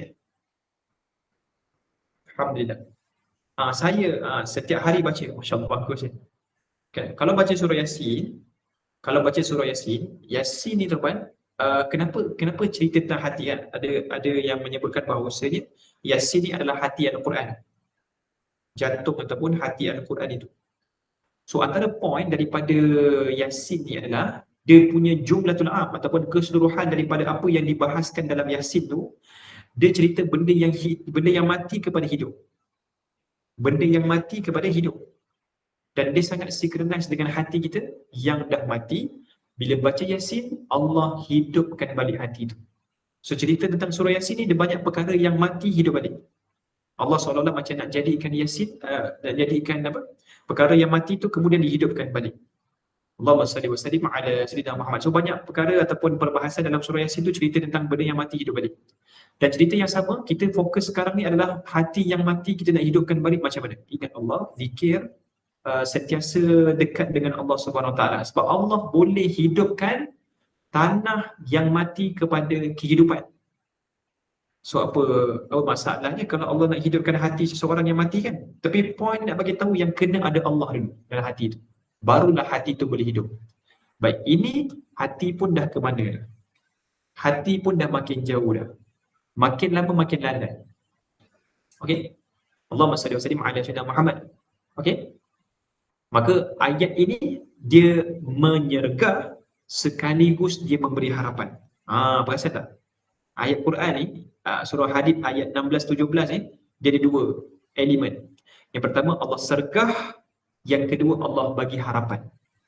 Elemen sergah ada pada ayat 16 surah Hadid, elemen memberi harapan ada pada surah Hadid juga, tetapi ayat seterusnya ayat 17. Sebab ayat 16 cerita tentang bukankah dah sampai masanya untuk kau tu berdekat dengan Allah, follow, ikut perintah dan sebagainya lah. Bukankah dah sampai masanya untuk hati orang beriman yang khusyuk? Patutnya dah sampai masa. Baik, seolah-olah Allah nak sergah di situ. Woi, Kan patutnya kamu dah kena fikir, hati kamu ni keras ni, kena fikir tentang macam nak cara nak lembutkan. Allah sergap. Lepas tu orang pun fikir, apa macam mana ni nak dekat dengan Allah ni, proses dia panjang apa semua. Aku rasa macam susah. Maka Allah bagi harapan pula pada ayat yang ke-17, i'lamu annallaha yuhyil arda ba'da mautiha. Sesungguhnya bahawasanya Allah menghidupkan tanah yang mati itu. Allah lah yang menghidupkan tanah yang mati itu daripada asalnya kering kepada kehidupan. Allah yang hidupkan. Maksudnya begitulah Allah akan hidupkan hati kamu. Kamu tak perlu risau. Dekat dengan Allah, zikir banyak-banyak, khusyukkan hati, Allah akan hidupkan kamu punya hati yang mati itu. Okay, so ini ayat ini berkait dengan sergahan daripada Allah di awal, dan kemudian ditutupi dengan memberi pengharapan kepada seorang hamba-Nya supaya sentiasa rasa Allah tu sentiasa ada, dan ada harapan untuk aku memperbaiki hati aku. Difahami tuan-tuan? Okey tak? Boleh tak? Boleh dapat tak apa yang kita maksudkan dekat sini? Allahumma salli wa sallim ala sayyidina Muhammad. Boleh? Amin. Alhamdulillah. Boleh Ustaz. Alright. So apa perkara pengajaran yang boleh kita dapat lain? Tadabbur ayat 17. Yang lainnya adalah kekuasaan menghidupkan yang mati, kebangkitan semula. Allah menunjuk, bila kita sebut tentang terobat, pernah fikir tak? Benda yang kering, benda yang mati hidup balik. Pernah buat? Cuba fikir kejap. Gerakkan gerigi minda anda. Fikir kejap, macam mana benda yang mati boleh hidup? Okey, kalau Ustaz bagi anda lalat, bukan lalat lah, kita bagi besar sikit. Baik, apa-apa je dah boleh. Apa-apa je lah benda yang mati kan. Contohnya macam belalang, contohnya belalang. Geli dah Ustaz. Belalang, Ustaz bagi anda, Ustaz minta anda untuk hidupkan balik belalang tu, boleh tak? Bagi Ustaz pun sama juga. Okay, anda bagi Ustaz apa? Anda bagi Ustaz kucing dah mati. Lepas tu anda minta Ustaz untuk hidupkan balik. Rasanya Ustaz boleh buat tak? Tak boleh. Ustaz tak mampu nak buat perkara tu, tuan. Pernah tak terfikir macam mana Allah boleh hidupkan benda mati tadi tu, Allah boleh hidupkan balik? Macam tak logik. Macam kita kata istilahnya, macam mana boleh benda mati ni Allah boleh hidupkan balik. So kalau kita fikir dalam tu macam hebat kuasa Allah tu. Okay. Masalahnya tuan-tuan, nanti akhirat. Okay. Masalahnya akhirat nanti tuan-tuan, bukan seekor kucing je yang hidup. Semua makhluk yang mati semua Allah hidupkan serentak. Macam mana tu? Nampak tak kuasa Allah? Betapa hebatnya kuasa Allah SWT kan? Boleh matikan semua makhluk satu saat, settle, dan boleh hidupkan makhluk dalam keadaan sub, settle, boleh hidup balik. Okey? Maksudnya tak perlukan kepada masa, tak perlukan kepada apa-apalah pertolongan ke apa, itu kuasa Allah Subhanahu Wa Taala. Maksudnya kalau kita faham konsep tu teman, macam mana Allah tu hidupkan perkara mati kepada hidup, masya-Allah, ini adalah tanda-tanda kekuasaan Allah Subhanahu Wa Taala. Okey? Dan kemudian analog kebangkitan manusia. Kehidupan semula bumi menjadi bukti kemampuan Allah membangkitkan manusia selepas mati. So bila kita sebut tentang bila kita tengok, oh bumi itu Allah boleh hidupkan daripada mati kepada hidup. Macam itulah nanti refleksi untuk manusia di hari kebangkitan. Begitu jugalah Allah akan hidupkan manusia daripada mati kepada hidup. Kitaran kehidupan. Proses kematian dan kehidupan bumi mengajar tentang kitaran penciptaan Allah. Okay, so kita nampak hari ini ada pokok yang mati, ada makhluk yang mati, dia macam kitaran hidup lah tuan. Kitaran. Baik, katak mati sebab apa? Sebab kena makan dengan ular. Macam kitaran hidup, supaya ular tu dia macam tu. Maksudnya dia ada supaya keseimbangan berlaku. Okey, kalau tak ada benda mati, apa yang berlaku tuan? Kalau tak ada benda yang mati, apa berlaku? Makin lama makin banyak, kan? Tak ada benda yang kurang, tak seimbang. Last sekali tak seimbang. Maksudnya cantik Allah jadikan perkara tu dia mati, lepas tu dia ada yang hidup. Maksudnya perkara tu menunjukkan kitaran kehidupan. Nombor 2, penjelasan tanda-tanda kekuasaannya, keterangan terperinci.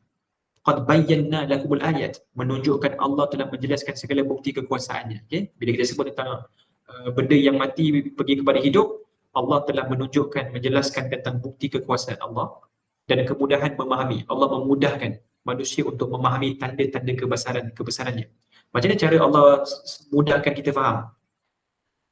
Ni ayat di Quran ni dia sebut tentang, cuba tengok macam mana Allah boleh hidupkan pokok yang tanah yang mati kepada hidup.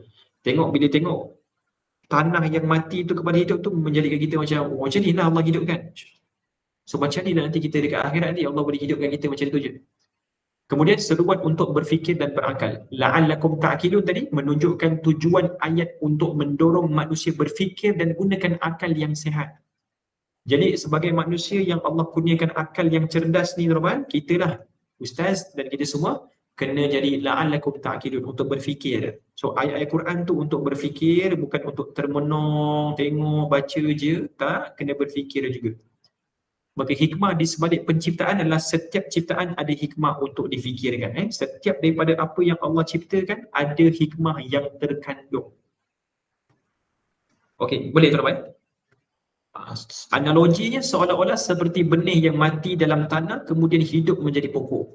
Demikianlah Allah mampu menghidupkan manusia sebagaimana pokok yang mati Allah boleh hidupkan. Begitulah juga dengan manusia. Baik. Maka hikmah di sebalik penciptaan ni nak bagi tahu apa tuan-tuan? Setiap perkara yang Allah ciptakan ni pasti ada hikmahnya, betul? Anda setuju dengan statement itu? Anda setuju dengan statement setiap perkara yang Allah jadikan dalam dunia ni pasti ada hikmahnya? Setuju dengan statement tu? Setuju Ustaz?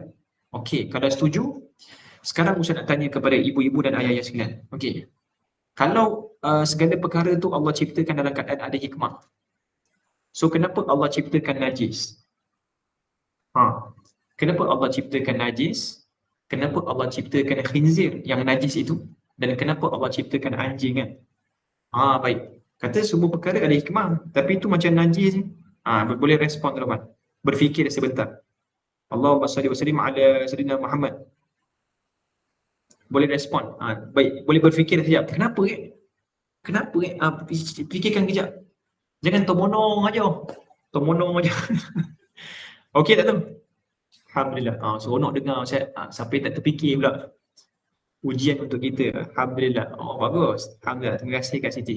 Lagi? Supaya kita sentiasa berada dalam kebersihan. InsyaAllah. Betul? Anjing untuk jaga tanaman. Baik. Betul? Itu pun antara salah satu. Maksudnya anda berfikir dengan baik. Tak boleh apa? Tak boleh nak menjawab duduk atas kereta. Okey, tak apa. Kalau duduk atas kereta tak apa, tak payah jawab. Bahaya tu. Kerana Allah akan hadirkan apa tu? Cara nak mencuci najis. Masya Allah.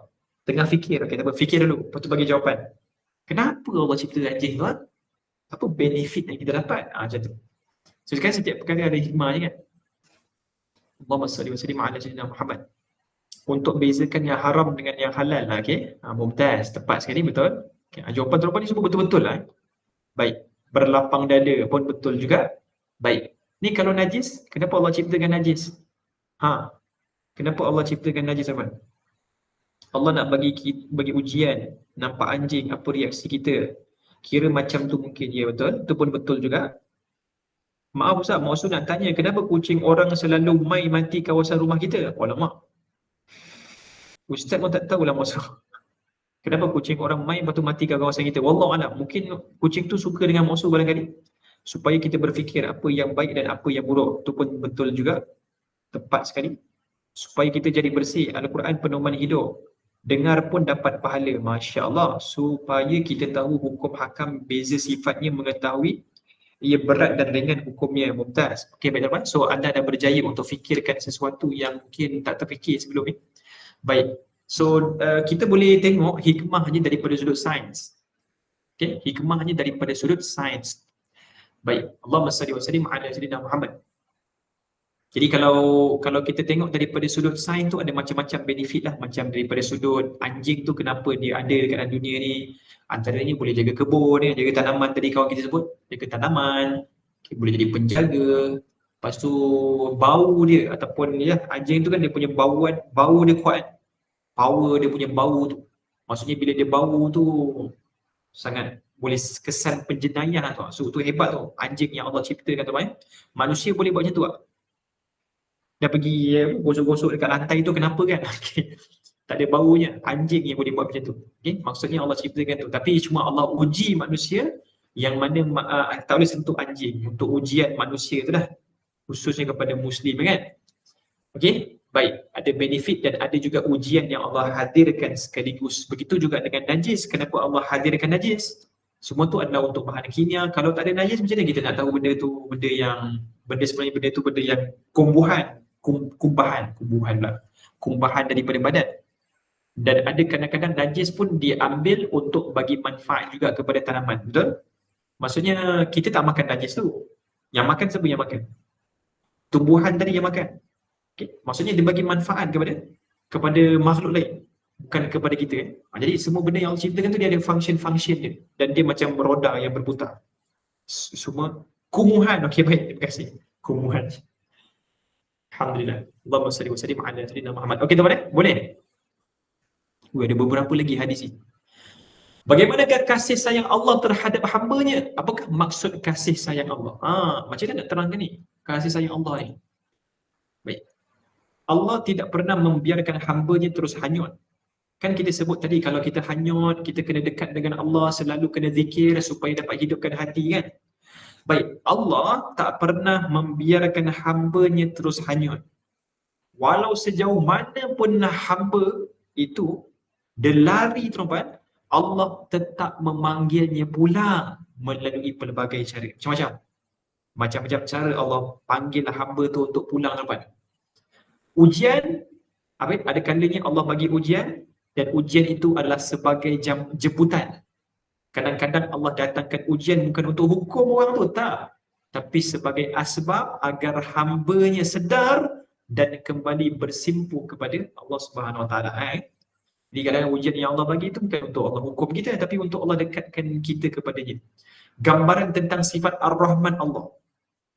Jika hamba yang derhaka, lalai dan engkar pun masih dipanggil pulang oleh Allah. Tuan-tuan boleh bayangkan tak? Orang-orang yang kat luar sana yang mungkin dia penjenayah dengan banyak kes, banyak perkara jahat yang dia buat kan.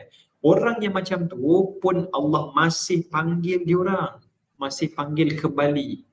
Bayangkan bagaimana pula sambutan Allah terhadap hamba-Nya yang menyerahkan nyawa, waktu, harta, tenaga demi mencari jalan pulang. Kita hari ni, hari-hari berdoa, korbankan kita punya masa untuk Allah, korbankan kita punya harta, tenaga, mungkin nyawa tak lah kan. Ada yang pergi Palestin kat sini, insyaAllah. Okay?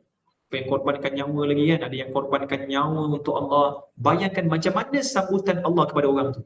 Kalaulah orang yang buat kes banyak benda-benda jahat ni pun Allah sambut dia pulang, menyambut dia dengan mungkin datangkan ujian, datangkan perkara itu ini yang semua.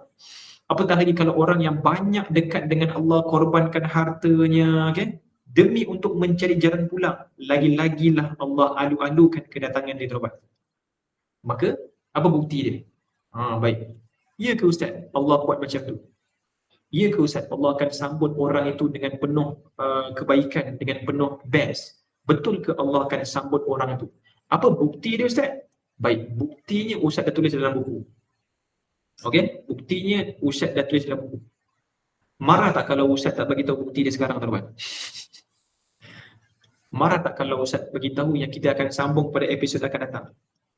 Marahlah Ustaz. Allahumma salli wa sallim ala sayyidina Muhammad. Kita boleh? Baik, kita habiskan dalam hadis kursi ni. Ni hadis favorite Ustaz lah. Allahumma salli wa sallim ala sayyidina Muhammad. Marah ke? Tak marah Ustaz. Hamid, tadi gurau je tuan-tuan. Baik, saja nak tengok respon. Allahumma salli wa sallim ala sayyidina Muhammad. Dalam hati je. Okey, baik. Marahlah. Okey. Okey teman. Okey. Kita jangan risau, kita habiskan. Jangan marah, kita sedang berpuasa. Alhamdulillah. Apa bukti kan? Kau kata Allah akan dekat dengan kau. Kau kata Allah, sorry Ustaz menggunakan bahasa yang kasar sikit. Kau kata Allah akan jemput orang yang buat jahat pun Allah akan jemput dengan baik. Kalau orang yang buat kebaikan lagi lah Allah jemput dia. Tapi apa bukti statement, bukti yang kau sebut macam ni betul ni? Baik, dibuktikan daripada hadis kursi. Hadis ni ada dua level. Yang pertama hadis Nabawi, yang kedua namanya hadis kursi. Hadis Nabawi tu lafaz dan makna daripada Rasulullah. Hadis Qudsi, bukan kerusi tau. Bukan kerusi. Hadis Qudsi, Qaf Qudsi. So hadis Qudsi adalah hadis yang lafaz daripada Rasul, Nabi yang lafazkan, tapi maknanya daripada Allah. Dia macam apa? Level tu kalau Al-Quran paling atas, bawah dia hadis Qudsi, bawah lagi hadis Nabawi. So ni kita nak bacakan satu hadis Qudsi untuk anda. Hadis ni hadis favorite Ustaz. Masa Ustaz belajar stam dulu, hadis ni adalah hadis yang kami wajib hafal dalam syllabus. So hadis ni sangat best dan hadis ni sangat-sangat mendekatkan sebagai seorang hamba kepada Tuhannya. Baik, Allah sebut qala Allah Taala ana inda dhanni 'abdi bi. Terapa perhatikan okey, boleh perhatikan sama-sama Ustaz bacakan. Ana inda dhanni 'abdi bi. Aku adalah mengikut sangkaan hamba-Ku. Allah tu mengikut kepada mana sangkaan hamba-Nya. Wa ana ma'ahu idza dzakarani. Dan aku bersamanya ketika dia mengingatiku.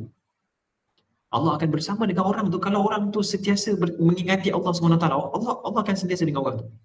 Syaratnya dia kena ingat Allah. Fa in dzakarani fi nafsi dzakartuhu fi nafsi. Jika dia ingatku dalam dirinya, maka aku akan mengingatinya dalam diriku. Kalau seorang hamba itu ingat Allah dalam dirinya, maka Allah akan ingat dirinya dalam Allah. Pada Allah lah, Allah akan ingat dia. Fa in dzakarani fi mala'in dzakartuhu fi mala'in khairin minhu. Jika dia mengingatiku dalam suatu kumpulan, dzakartuhu fi mala'in khairin minhum, dan aku akan mengingatinya dalam kumpulan yang lebih baik daripada mereka, iaitu para malaikat. Okey, subhanallah.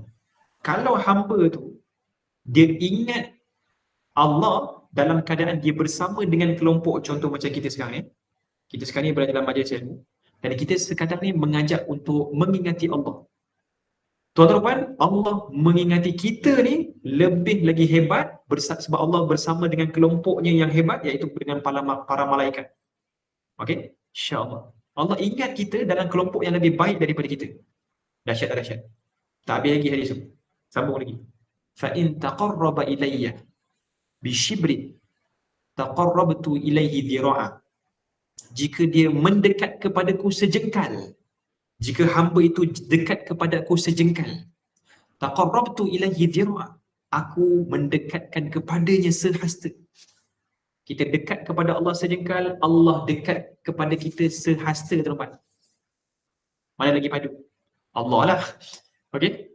Kita ni sayang pada Allah, Allah tu lagi sayang pada kita sebenarnya. Kemudian, wa in taqarraba ilaihi dhira'an taqarrabtu ilaihi ba'an. Jika dia dekat kepadaku dengan sehasta. Kalau hamba tu dekat kepada aku dengan sehasta, okey, taqarrabtu ilaihi ba'an, aku akan mendekat kepadanya sedepa.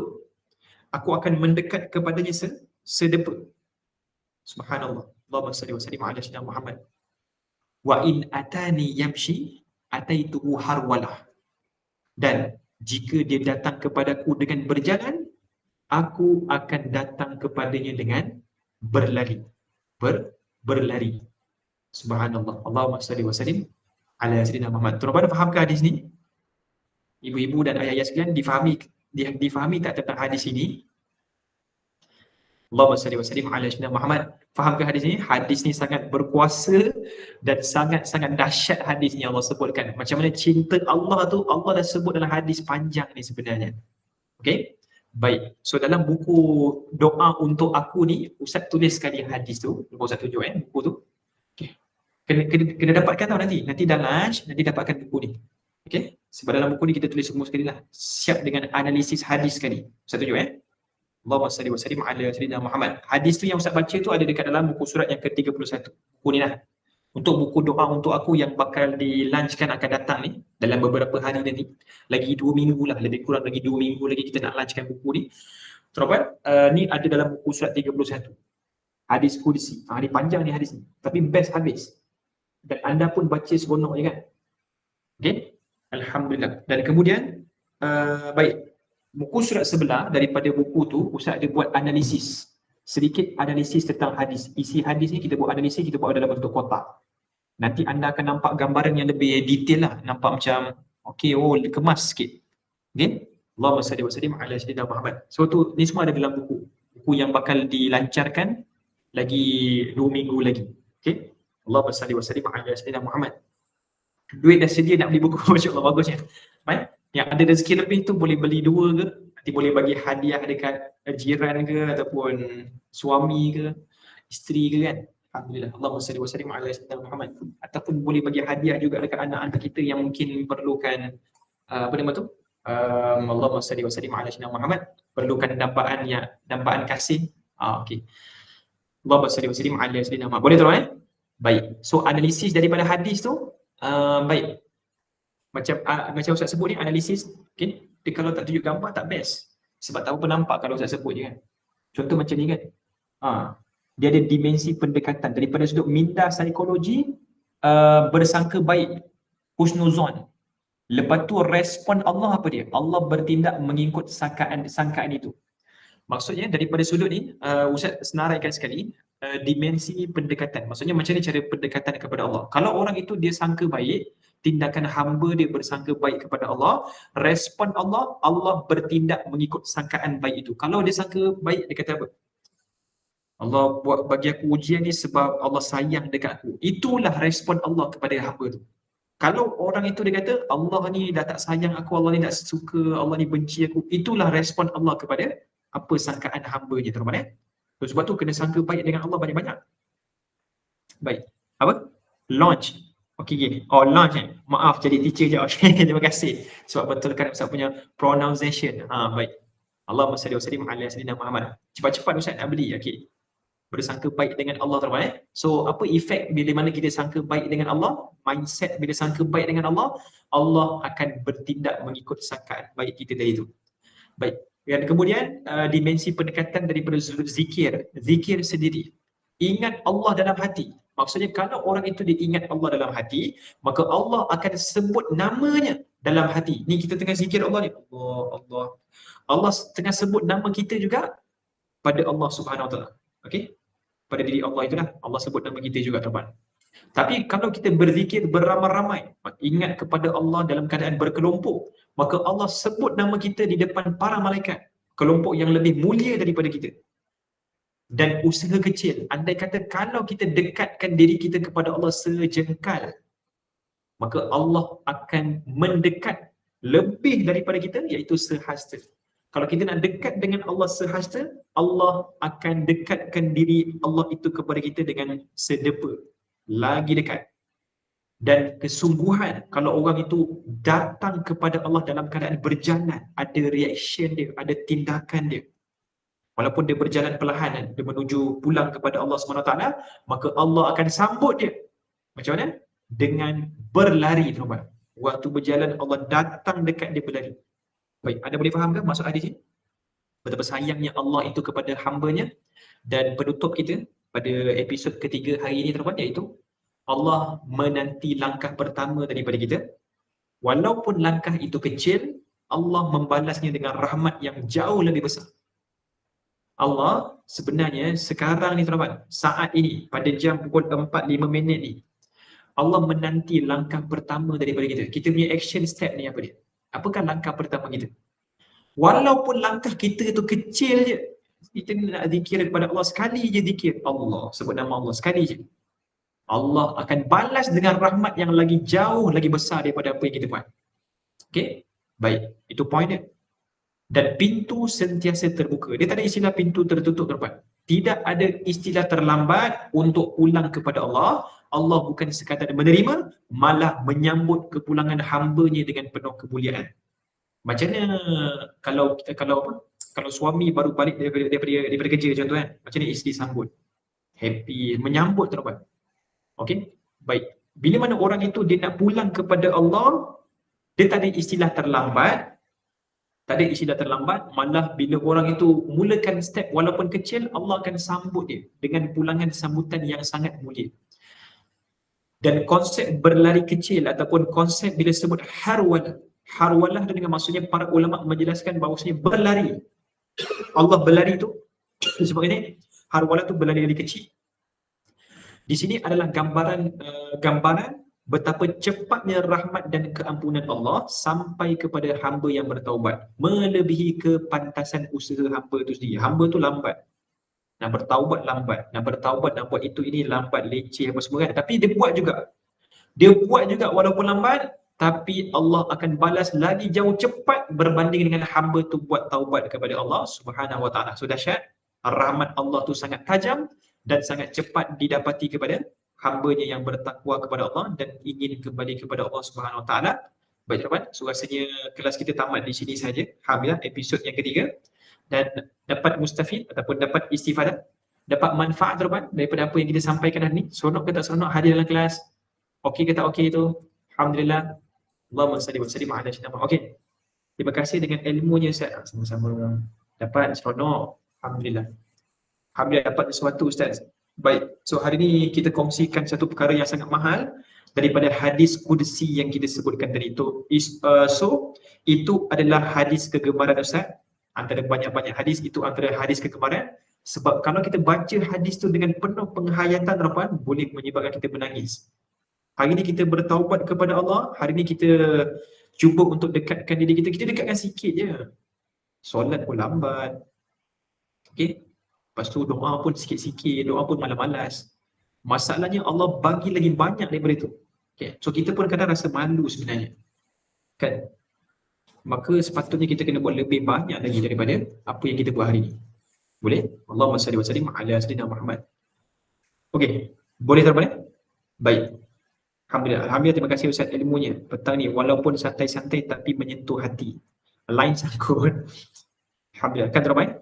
Rasa macam nak nanya. Betul tuan-tuan. Kalau baca hadis ni betul-betul serius, baca dengan penuh penghayatan, dia sebenarnya boleh menangis. Betul. Ustaz pernah tenang kan, bila baca hadis ni tenang, rasa macam nak nangis. Boleh alirkan air mata sebenarnya. Alhamdulillah. Allahumma salli wa sallim ala sayyidina Muhammad kan. Baik. Okey, ambil nombor giliran atas meja Ustaz. Barakallahu fikum. Allahumma salli wa sallim ala sayyidina Muhammad. Sentap Ustaz. Okey, baik. Itulah. Ustaz pun terkena juga sentap itu. Okey, bukan malu saja Ustaz, sedih dan sebab di hati. Adakah kita dapat amal atau tidak? Betul. Memang nangis Ustaz. Saya ikut bayan baca, masya-Allah. Tak sabar menunggu buku Ustaz. Terima kasih sahabat kita yang menunggu. Tengok Ustaz jadi apa tu? Jadi lapar masya-Allah. Akhi Zikri Iki Comel. Ustaz kenalkan sahabat apa? Tuan-tuan, Ustaz kenalkan sahabat Ustaz, namanya Zikri Baik. Allahumma salli wa sallim ala sayyidina Muhammad. Seorang yang sangat happy go lucky dan sangat-sangat membantu kita dalam setiap sudut dan aspek dalam kehidupan. Allahumma salli wa sallim ala sayyidina Muhammad. Mana Iki dah hilang dah? Allahumma salli wa sallim ala sayyidina Muhammad. Kita pula. Okay, tak nak komen dah tu. Okey. Alhamdulillah. Baik. Ada ni. Okey. Dekat mana tu? Dekat ni ke? Dekat mana? Dekat USIM ke? Kan cuti lah. Cuti bukan kat USIM, kat Melaka kan? Kat Melaka. Malam ni tarawih kat mana? Jomlah tarawih dekat ni. Area Surau Aidil. Malam ni nak main air molek. Allahumma salli wa sallim ala sayyidina Muhammad. Nanti jemput join sekali kalau berkesempatan. Okey, tapi lah, mungkin dah ada program lain kan malam ni. Okey, Allahumma salli wa sallim ala sayyidina Muhammad. Okey tuan-tuan. So rasanya itu je lah. Okey, rasanya itu je lah apa yang kita nak kongsikan kepada tuan-tuan dan puan-puan sekalian. Zikri ingat Allah setiap masa. Zikir ingat Allah, ya betul. Okay. Nama pun zikri kan, sentiasa mengingati. Ayam golek bukan, dia air molek. Bukan ayam golek, air molek. Air molek ni satu tempat dekat Melaka. Okay. Jangan sebut ayam golek, nanti lapak, ada kawan kita yang lapak nanti. Okey tuan-tuan, rasanya sekadar itu saja kelas kita pada hari ini. Allahumma salli wa sallim ala sayyidina Muhammad. Baik. Air molek tu nama tempat. Air molek tu nama tempat. Okey, mungkin tempat tu memang ada air yang molek kot. Tu yang nama air molek tu. Okey. Okey. Alright, alhamdulillah. Allahumma salli wa sallim ala sayyidina Muhammad. Okey tuan-tuan, so rasanya tu je apa yang dapat kita kongsikan kepada anda. Iki nanti PM. Nanti kita PM lah. Okey, kita borak-borak je. Lama tak borak dengan Iki ni. Okey, baik tuan-tuan. So nanti kan buku yang bakal keluar nanti lagi 2 minggu insya-Allah. Esok tuan-tuan kita nak bincang tentang rahsia doa. Okey, untuk episod hari esok, siapa yang berkesempatan untuk join, insya-Allah kita nak kongsikan kepada anda rahsia berdoa. Dan ada beberapa checklist refleksi yang Ustaz akan tunjukkan.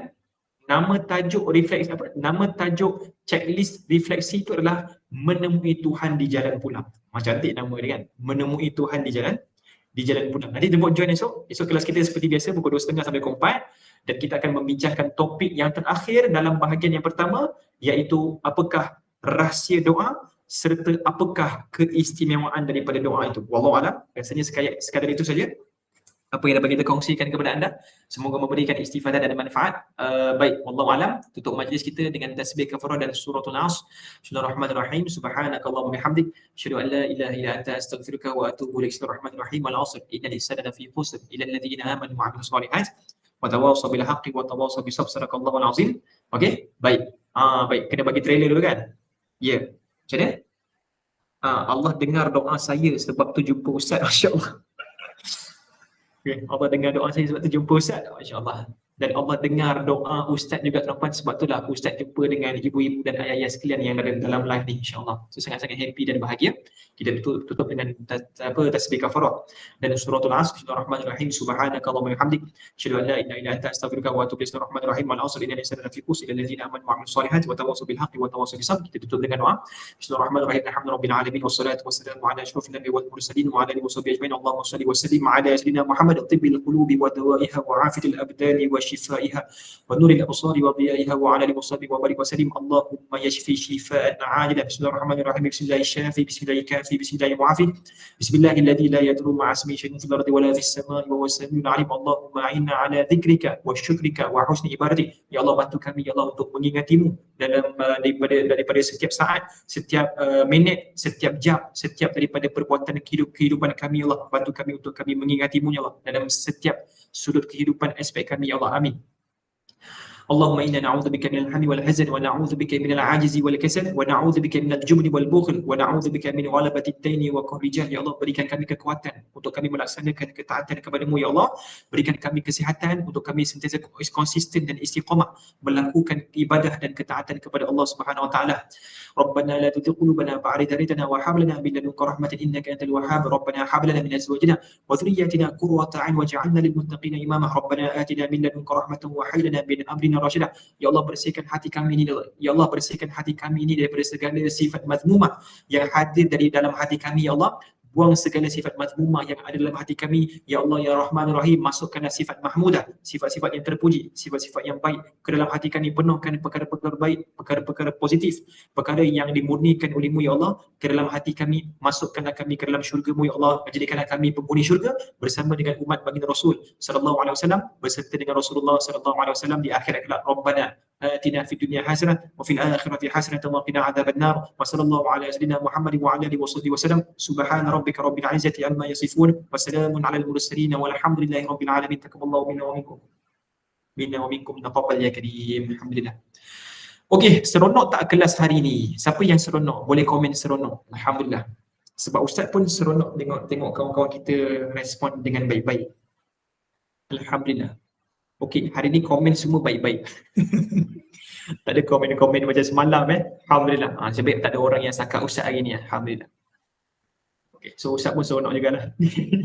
Okey teman, sebetulnya insya-Allah terima kasih kepada semua yang sudah hadir bersama dengan kita pada waktu petang ni insya-Allah. Semoga semuanya diberikan keberkatan. Yang belum follow boleh jemput untuk tekan button follow dulu. Yang belum tekan button share nanti boleh share-sharekan dekat sahabat-sahabat kita yang lain. InsyaAllah. Oh, Ustaz tak nak disakat dia. Ustaz tak kisah apa kena sakat ke tak kena sakat ke, yang seronok je mana-mana. Alhamdulillah. Okey teman Allahumma salli wa sallim ala sayyidina Muhammad. Okey. Yang penting anda bahagia tuan-tuan. Baik. Itu keutamaan kita pada kelas mana-mana kelas Bio Isaac lah. Yang penting tuan-tuan bahagia tu je. Okey. Tuan-tuan bahagia, Ustaz pun bahagia jugalah. Kan? Lupa nak cakap tadi. Okey tuan-tuan, rasanya sekali saja jumpa anda pada esok. Esok insya-Allah tadarus seperti biasa. Kita dah start juzuk yang ke berapa? Juzuk yang ke-6 kan. Jadi esok pukul 7 pagi sampai pukul 9 pagi juzuk yang ke-6 kita akan tadarus. Kemudian kita akan sambung pada plot ataupun episod seterusnya untuk kelas doa kita esok insya-Allah. Okey? Baik. Baik. Ustaz bahagia juga insya-Allah. Amin. Moga Ustaz bahagia dan anda semua bahagia sekali lah.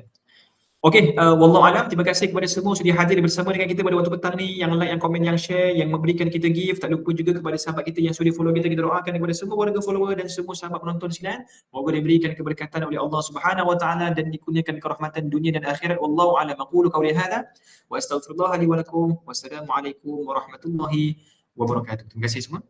Wallahu a'lamu bissawab. Bila nak berbuka dengan Mak Matus. Okey. Terima kasih Kak Yani Yusof atas komentar yang sangat baik. Barakallahu fikum. Moga diberkati Allah selalu insya-Allah. Okey, teman. Jumpa anda pada episod akan datang. Baik. Sempat lagi tu dia menyakat tu dah nak habis-habis live.